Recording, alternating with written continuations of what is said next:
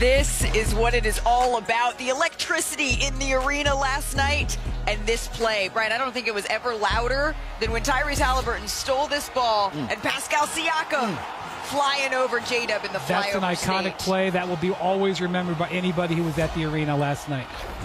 Let's see exactly how the Indiana Pacers forced this Game 7, shall we, fellas? Because Tyrese Haliburton, he played through a calf strain, but he looked pretty good here, Perk. He did. I mean, he came out, he picked his spots. Great job by Rick Carlisle of letting him play without the ball. He didn't dribble up the court a lot, but he was fantastic to say he was, out there in the entry. We said that it was so important that they were able to close out the last couple of minutes of the second quarter strong, and Pascal Siakam did with an exclamation mark. Another look at this slam with authority. Here's how it sounded in Portuguese on ESPN. Haliburton tenta roubar, rouba a bola, faz o passe com Siakam! Pascal! I think Chad, he showed one of my college highlights the other day. Felt like college a little bit, just baby bounce. Well, Siakam was not done there. You called for him to search out mismatches, UD. He did that here on this possession. Yeah, Alex Caruso is a great defender, but he's in Siakam's world right here. And that turnaround jumper is basically unguardable with a guy that size, and he shoots it with efficiency. You know who is loving it? One more look at that Pascal Siakam shot. Lance Stevenson and Pacers fans already sensing here a Game 7, saying this series ain't over yet. In the third quarter, the Pacers up 24 here. Obi Toppin, we said someone else would need to come along for Indiana. Obi did. He became the first bench player since 1971 to lead their team in scoring when facing elimination in the NBA Finals. It was scrapping, it was clawing. They got off the plane. I don't know if OKC did. Hey, Andrew Nembhard gets it to Ben Shepherd, hits the three to beat the buzzer. The fans loving it. And so does Tyrese Haliburton. Perk, I promise I celebrate all of your accomplishments, just like Tyrese celebrates Ben Shepherd there. The Pacers stave off elimination to force a Game 7 with a 108-91 victory. And they did it despite being underdogs again. Honestly, at this point, I think they want to be underdogs in every game. They've won their 10th game as an underdog this postseason, tying the 2023 Miami Heat for the most in a single postseason in the last 35 years. Here's Haliburton after the game. There's nothing like a Game 7. There's nothing like a Game 7 in the NBA Finals. Dreamed of being in this situation my whole life, so to be here is really exciting for me and our group. It's already written. We've worked our tails off to get here, and just got to trust the work that we've put in. And yeah, man, I wouldn't want to go to battle with any other guys. So I'm really excited about it. One game.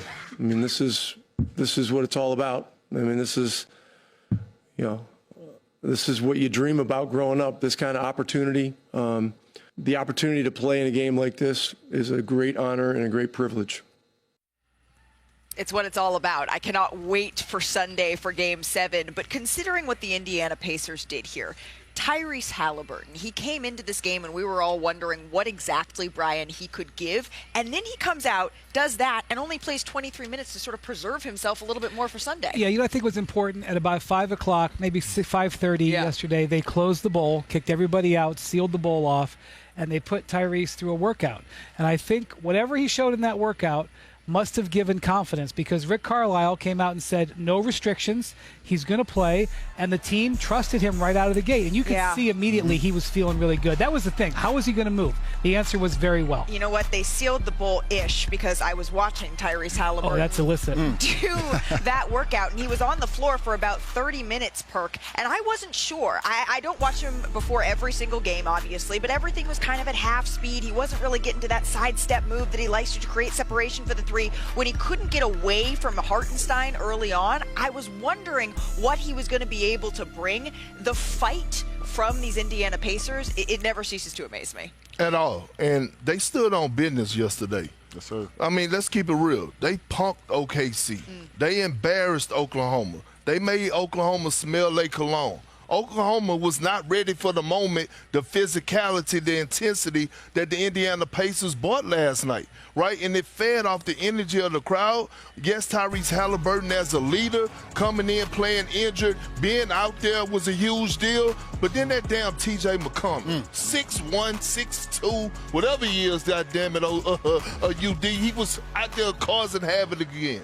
I mean, look at him. I love him because he's undrafted like myself. So we in the undrafted club. My undrafted brother, T.J. McConnell. But his effort and energy on both ends, not just offensively. We understand what he does offensively, getting to his spots with the right-hand pull-ups. But he continues to get steals in the backcourt. Like, at some point, you got to understand that you can't give those up. Right here, we talk about it. We get a missed shot. There's an opportunity to get out on the break. Look who is lurking. My boy, T.J. McConnell. I don't know how they don't see him right there. Maybe because he's 6'1", they look right over him. But once again, this sparks a shot for Obi Toppin.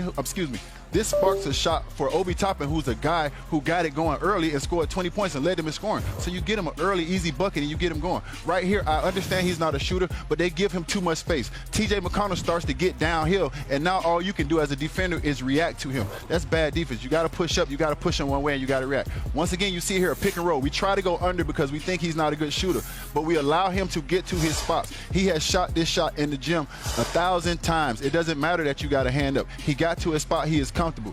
If OKC wants to win this series and slow down T.J. McConnell, they have to make him uncomfortable. I understand he's not a great shooter, but you have to push up on him a little bit, make him go one way, and now he has to react to you.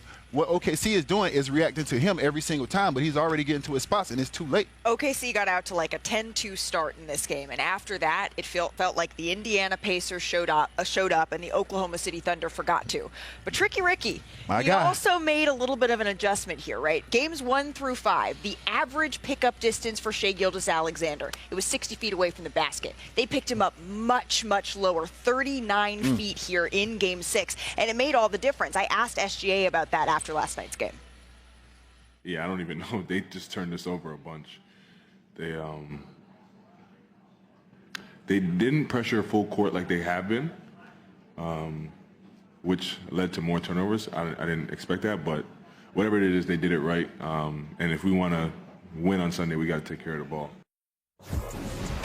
So this, Brian, is what that looked like. Yeah, they've been, actually taking Shai off the ball sometimes to save it. Look at him; he's never been able to ease up into it like that. And then they brought double teams, and this enabled them to make it. It was harder for them to target Halliburton too, because they knew they were going to look at Halliburton.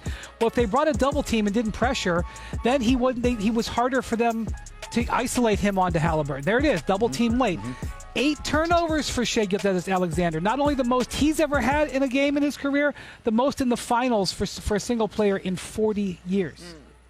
My concern is he's seen this before. Shai. SGA has seen this before. He saw this, I think it was Game 3 here, and it was 6 turnovers. He's seen the doubles in the post. He's seen them switch up instead of giving him that gap to get downhill. He's seen all these things before, so I don't understand why it bothered them. I think the effort is what bothered them. The effort of Indiana is what bothered them. It was not the scheme. They got outworked on both ends of the basketball court. That's what bothered them. And that's what Shai should have said. It had nothing to do with the schemes. You're the MVP. You've seen every scheme.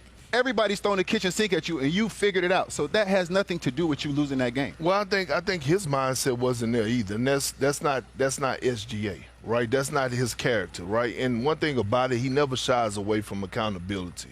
We know that about SGA because for the fact that he was able to notice that without even watching the days of film goes to show you how he was paying attention to detail, and they did an outstanding job of making him play in the crowd. I was screaming, even in the Denver series, why don't you send a double team at this guy? He's the best perimeter player in basketball. Right. He will figure it out. The problem, I think, and the person that it affected the most was J-Dub. I think them falling back and not picking up 94 feet was to slow down J-Dub because J-Dub is great at getting into the open court. Right. He's great in the open court. He's the one that's been dominating outside of SGA. And so now all of a sudden you're seeing something, J-Dub, that you've never seen before. Now you're seeing the double team when you usually was driving and coming out of them spins and they was layups. Yes. You was driving into another body when you was spinning. It felt like